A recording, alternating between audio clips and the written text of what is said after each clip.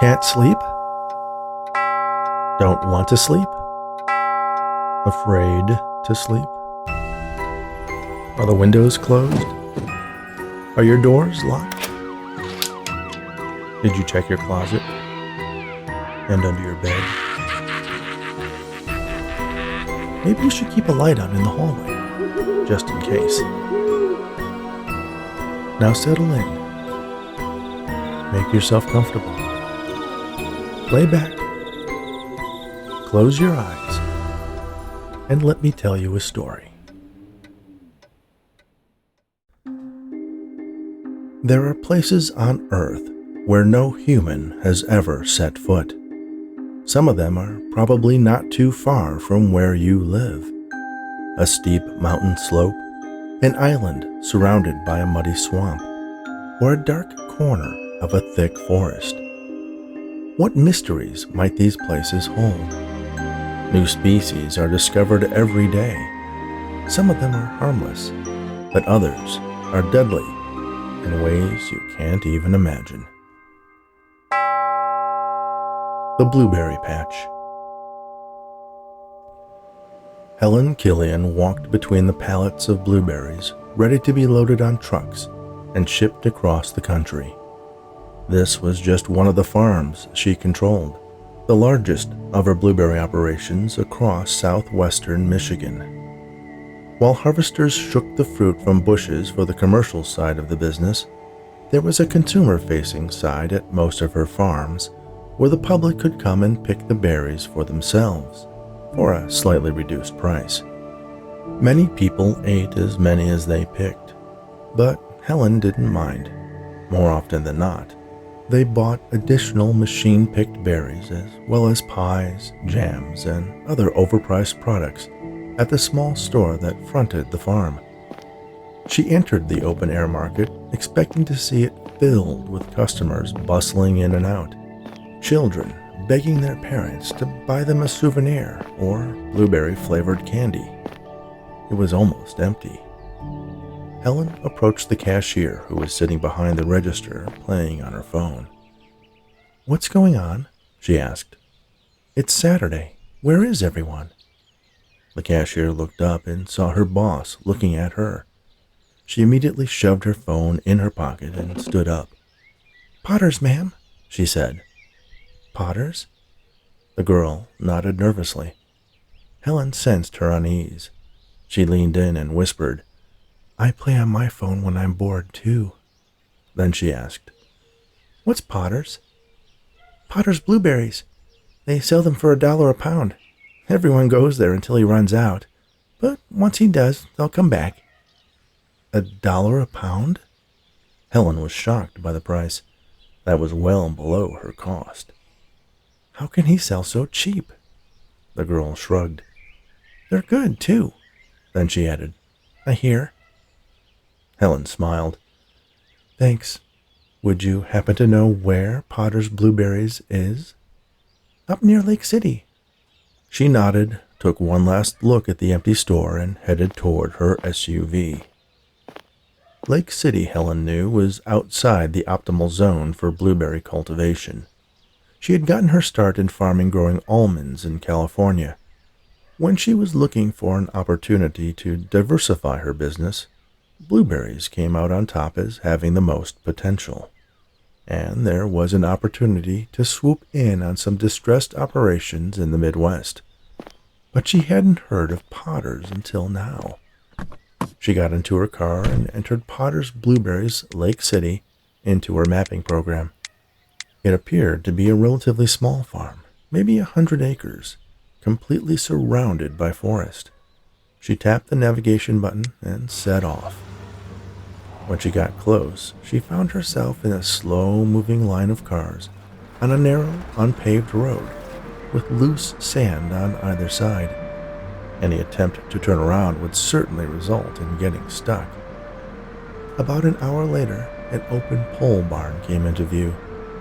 Boxes of blueberries were stacked in neat rows. As the cars pulled up, a young boy would collect money from the customer and shout out the number of boxes they had bought. The pair of teenagers took turns loading the requested purchases into the vehicles. Sometimes they handed them directly to the driver through the window. In other cases, they stacked them in the vehicle's trunk or the back of a pickup truck.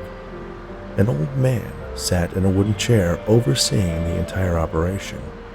Potter, Helen assumed. She watched, fascinated. It was a cash business, and she didn't see anyone recording the sales. She wondered if the IRS knew about Potter's little off-the-books store. Perhaps that was how he was able to sell for such a low price. When it was her turn, she pulled out a $20 bill and handed it to the boy. "2," he shouted to the loaders before moving on to the next car. One of the teenagers carried over a pair of cardboard boxes, marked simply with the words, "Blueberries, 10 pounds." She accepted them one by one, setting them on the passenger seat. Helen lifted the lid on one of the boxes. To her shock and surprise, it was filled with large, dark blueberries, each easily the size of a quarter. She'd never seen anything like it. The fruit harvested on Helen's farms comprised berries of varying sizes and non-uniform ripeness, littered with stray stems and leaves. She picked one up and popped it into her mouth. The flavor, the texture, the sweetness were all perfect. The car horn honked. Helen realized she was holding up the line. She closed the box and drove slowly forward, following the cars, exiting the property via a separate unpaved road. As she eased around a bend, she noticed a pair of ruts leading off into the woods and followed them. After a few yards, the trees thinned, and Helen saw a farmhouse. It was ancient but well kept. The berry field spread out beyond it, bushes almost as tall as Helen. She could see more of the giant berries hanging from the branches. There didn't seem to be anyone around, so she parked her car on a patch of gravel and got out. As she approached the field, she noticed some sort of machine parked in a spot carved out of the surrounding woods. It was enormous, the size of a small house. There were a dozen openings in the front that she judged to be the width of the rows of the blueberry bushes. Was it a giant harvester? "Can I help you?" a voice asked. Helen turned around and saw the old man from the pole barn staring at her from under the brim of a baseball hat with a fish embroidered on the front. "Sorry, I was looking for a bathroom," Helen said. "Most people just cop a squat in the woods," the man suggested. Helen surveyed the thick forest of pine trees around her and smiled. "Thanks, it's not as urgent as I thought it was." The farmer grunted. "Did you build this?" Helen asked, gesturing at the gigantic machine. "Yup." "I'd love to see how it works." The man didn't answer. "I'm in the blueberry business myself. I'm very impressed by your product. And if this is how you can provide such a superior fruit at such a low cost, I'd be interested in investing. Name your price. How much?" "Not looking for investors." "I see." Helen reached into her back pocket and fished out a business card. She offered it to Potter. The old man shunned the offer by tucking his hands in his overalls. "Well, can't blame a fellow farmer for trying," she said. "That's the road out," Potter said in a flat yet somehow threatening voice, nodding at the trail Helen had come in on. "I suggest you go and don't come back. This isn't a safe place for a woman like you." The warning made her even more curious, and the implied sexism ticked her off a bit. But now was not the time to press either matter. She nodded, got back into her car, and drove away. Marco, the blueberry farm foreman, was tinkering with the conveyor when Helen returned. She set the box of blueberries on a nearby table and opened the lid. Marco looked at the contents, then cast an inquisitive glance at his boss. "You went to Potter's? You know about this guy?" He shrugged as if it was no big deal. "Of course, everyone does." "Except me." Except you, Marco agreed. How does he do it? Who knows?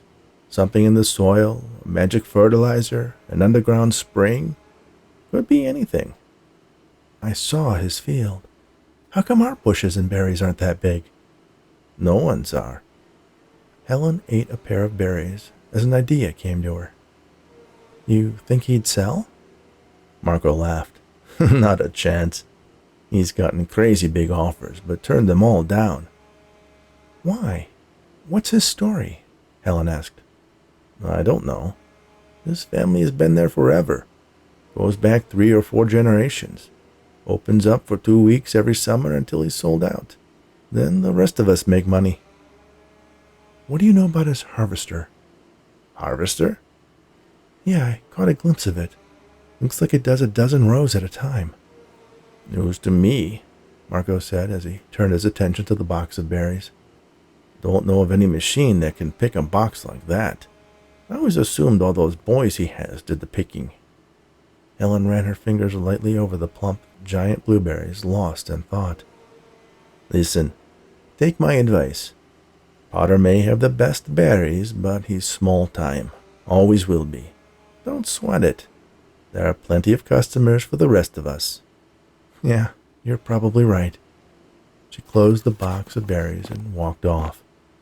Marco watched her go, knowing that she had no intention of leaving it alone. The satellite view of the Potter farm stared back at Helen from her computer monitor. The blueberry field was almost a perfect circle, something you'd see in a field that used center pivot irrigation, but she saw no signs of the giant pipes and sprinklers required for such a system. At the center of the field was a dark spot. She couldn't tell if it was a glitch in the photo or if there was something there. A circular shed with a black roof? What would its purpose be? What was his secret? How did he grow such big, perfect blueberries in that place? Was it the acidity in the soil from the pines? They couldn't possibly get all the sun they needed to thrive surrounded by the towering trees. The more she thought about it, the more the desire to go back intensified. It was just starting to get dark when she got into her SUV for the second time that day and instructed her phone to lead her to Potter's blueberry farm. It was hard to imagine how, but Helen suspected his secret lie inside the behemoth machine she had spotted. She had to get a look at it, and if she could manage it, she wanted to see what exactly was in the middle of the blueberry patch. Once she was on the unpaved road that wound its way into the forest, she slowed down. Her SUV was a plug-in hybrid, and she switched it to pure electric mode and crawled silently along the sandy road until she was close to the pole barn. She turned off her headlights. It was challenging, but she managed to navigate the road in the dim moonlight. Her eyes slowly adjusted to the dark as she passed the area where the berries were sold. She made her way down the trail that led to the farmhouse, stopping before she got close enough to actually see the building. Helen quietly got out of her SUV and gently closed the door, listening for any indication of her presence alerting someone. There were only the sounds of the forest, crickets, owls, and what she assumed was a bullfrog croaking in the dark. Crow, crow, it seemed to say. Another answered in the distance. Crow. Helen walked along the road, staying close to the tree line until she spotted the farmhouse. A single light was on inside, illuminating one of the upstairs windows. She continued on toward the enormous machine she had glimpsed earlier, and peered inside one of the gaps where it would surround and harvest the blueberries from the bushes. It was dark inside. She pulled out her phone to use its flashlight, but lost her grip. It fell and clanged against a piece of metal, making a sound that reverberated inside the cavernous interior. Crow, said the bullfrog, or whatever animal it was, rupturing the night with its ominous croak. The more she listened, the less it sounded like any frog she had ever heard. Helen looked behind her at the farmhouse, waiting to see if any other lights would come on. Perhaps the humorless farmer would appear on the porch wrecking a shotgun. Neither happened. She bent down, picked up her phone, and stepped cautiously deeper into the machine before turning on the flashlight. What she saw made her gasp. There was no intricate mechanism. None of the shakers and gathering trays that the machines she was familiar with used. The device was completely empty. Just a shell, a prop. She wondered if it even moved. Helen laughed as she imagined Old Man Potter getting a good chuckle out of her sneaking back to the farm in the middle of the night to discover it was all a facade. She turned off her flashlight and carefully walked out of the hulking machine. "Crow, crow," said the nocturnal sentinel. So the harvester was just a diversion, a red herring to throw off the competition. The true secret to his success, she decided, must lie at the center of the blueberry patch, and she was going to find out what it was. Helen walked cautiously toward the edge of the field and stepped between the rows of bushes. Even in the dark, she could see the plump berries hanging in clumps off the branches. She paused to pick one and pop it in her mouth. It was even more tasty than the boxed ones she had bought earlier. "Crow, crow," warned the blueberry patch's sentry. Once she was sufficiently deep into the field, she pulled out her phone and turned on the mapping app. The satellite view overlay gave her a sense of where she was in relation to the dark spot at the center. It was perhaps 40 or 50 yards ahead. The night seemed to get darker as she drew closer, as if the air was sucking up all the light. Even the moonlight appeared to dim. She turned on her phone's flashlight again, but its glow barely lit up the ground at her feet. Ahead of her was a darkness that swallowed the night. It was impossible to make out what was hidden in the shadowy void. "Crow." The croaking sound was closer now and sent chills down Helen's spine. But she was hypnotized by the inkiness ahead of her, drawn to it. Without even realizing what she was doing, she took a step toward it. "Crow." Then another. "Crow." Her third step didn't find any ground beneath her feet. It was as if she had walked over the edge of a deep hole and was falling into it. Then her downward momentum was abruptly halted, and she was jerked back by her belt and hurled to the dry, sandy dirt between the blueberry bushes. Helen snapped out of her spell and looked up. Glaring down at her was Potter, a knowing grin creasing the corners of his mouth. "Figured you'd come back," he said. Helen scrambled to her feet, then looked toward the deep, dark hole she had nearly fallen into. "What is that?" she asked. "Some sort of sinkhole?"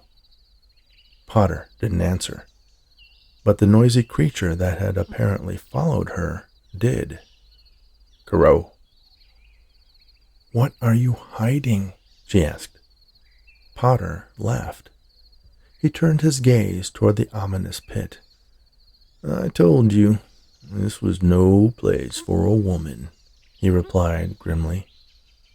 "Look, pal, my being a woman has nothing to do with any of this. For some reason, you're able to grow and pick the best blueberries in 3 counties in this place, and I either want to know how or buy you out. Either way, I'm prepared to make you a very rich man." Potter shook his head. "You shouldn't have come back. This is no place for a woman," he repeated. As if to punctuate the farmer's words, there was a scurrying sound amongst the bushes. Helen spun around, trying to spot what was making the noise. "Crow." "Look," she said, "why don't we go back to your house and talk business?"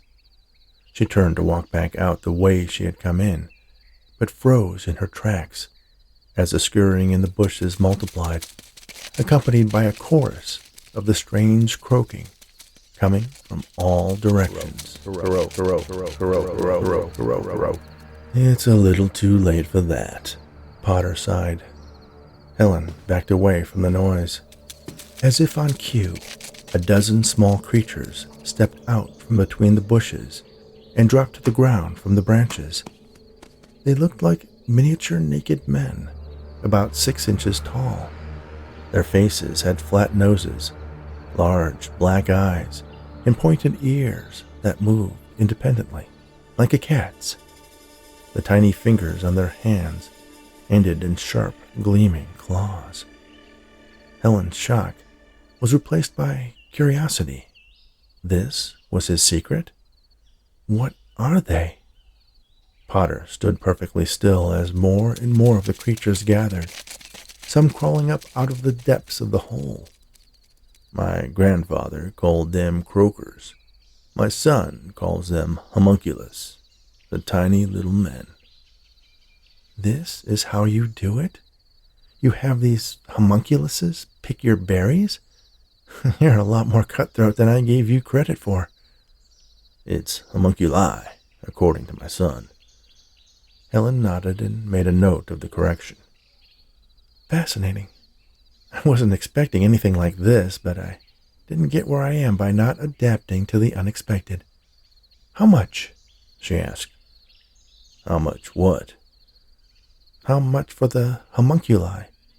I suspect there's enough to go around. They were everywhere now, hundreds, perhaps thousands of the tiny little men, scurrying about and chittering. Are they also responsible for making the berries grow so big and sweet? I can't sell them to you, Potter protested. Helen smiled, feeling for the first time in her conversation with Potter that she had the upper hand. Of course you can. You see, as far as I can tell, this is a species that no one has ever seen before. An endangered species, I suspect. Perhaps they're intelligent. And you're using them for slave labor. I'm sure PETA and the ASPCA might have a thing or two to say about it. But I see no need to tell them if you play ball. Potter shook his head. You think they work for me? Of course. Helen bent down to get a closer look at the creatures. So, you share your secret with me and I'll make sure it stays a secret. Potter didn't reply. Helen stood back up and looked at the man. There was fear in his eyes. The thing is, it's not so much of a secret as a curse. What do you mean? My grandfather was a homesteader. He found this place, this impossibly dark hole, and thought he might be able to make some sort of tourist attraction out of it. But that notion didn't survive the first night he spent here with his family. The morning after my grandfather decided this was where he was going to live, he found his wife and 2 daughters missing from the canvas tents they had erected to stake their claim on this land. They had been taken. By the homunculus? Helen asked. It seemed unlikely that the tiny little men had the strength to overpower a person, even a girl. Why? They need women to breed. What? How? The notion seemed ridiculous. It's not pleasant. My son figures their seed is like a virus. It gets inside the blood and finds all the eggs inside a woman's ovaries and fertilizes them all at once. That's impossible. It would be thousands of babies. Tiny babies with razor-sharp teeth and claws. They grow inside the woman for about a month, then eat their way out. That's what happened to my grandmother, and it would have happened to my mother and her sister if my grandfather hadn't struck a bargain with the croakers. A bargain? He made a deal with them. They would spare his daughters if he brought them other women. You see, it's not the homunculi that work for me. It's me and my family that work for them. I'm not following. If they're so dangerous, why don't you just move away? They keep 2 or 3 of our girls as hostages. Hostages? If we don't do what they want, my granddaughter and niece will suffer the same fate as my grandmother. The croakers lend their magic to the blueberry field and even pick the berries for us. You were right about that part. You see, we do use that harvester you must have thought was just a prop. They don't like the light, so we move it over the bushes and they go to work. In return for what? The creatures started converging on Helen. Crow, crow. They croaked in unison. I'd have thought that was obvious by now. In exchange for women. Fortunately, they only ask for one every 10 years or so. In the meantime, they keep our girls hidden away in that confounded hole of theirs. When they come back, they never talk about what's down there. That's crazy.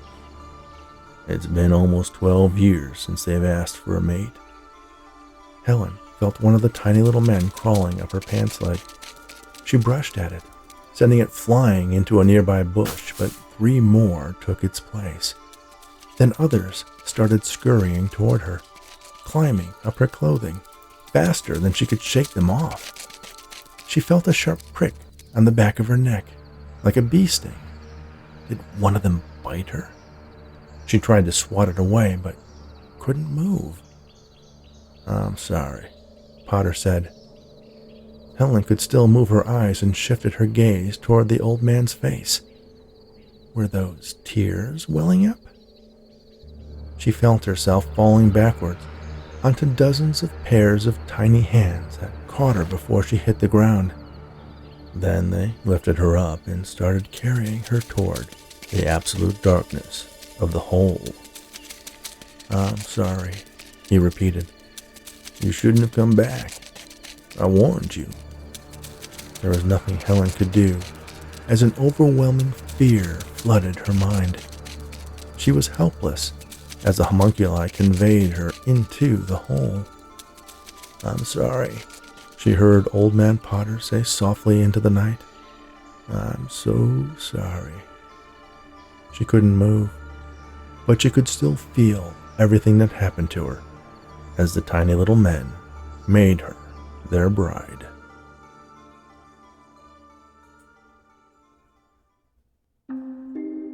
Thank you for listening to The Blueberry Patch, written especially for the Bedtime Stories for Insomniacs fiction podcast by Rich Hosek. Please remember to subscribe on your favorite podcast app, rate us on Apple, Spotify, and Audible, and share these stories, as well as the unabridged audiobook versions of my novels, with anyone you know who enjoys audio fiction. Be sure to visit bedtimestories.studio, where you can sign up for our Insomniacs Snoozeletter to be notified of new episodes and exclusive offers, and get a free bookmark. You can visit richhosek.com to learn more about the host of Bedtime Stories for Insomniacs. Thanks again, and all the very best.